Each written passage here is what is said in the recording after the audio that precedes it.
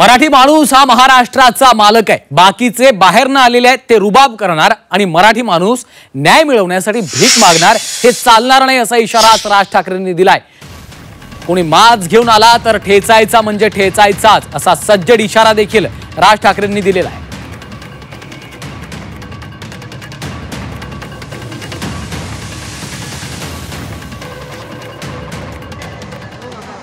आम्ही भिका मागायच्या, आम्हाला न्याय द्या म्हणून.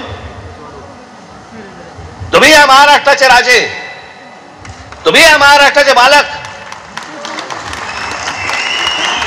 बाकीची माणसं बाहेरून आली, ती तुमच्यावरती रुबाब करणार आणि आम्ही हतबलतेने त्यांच्यासमोर बोलणार, अरे नाही नाही भाई साहब ऐसा मत. का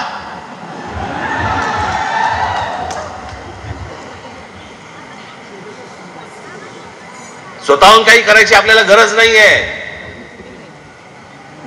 पण जर अशा प्रकारे माज घेऊन जर समजा कोणी अंगावरती आला, ठेचायचा म्हणजे ठेचायचाच.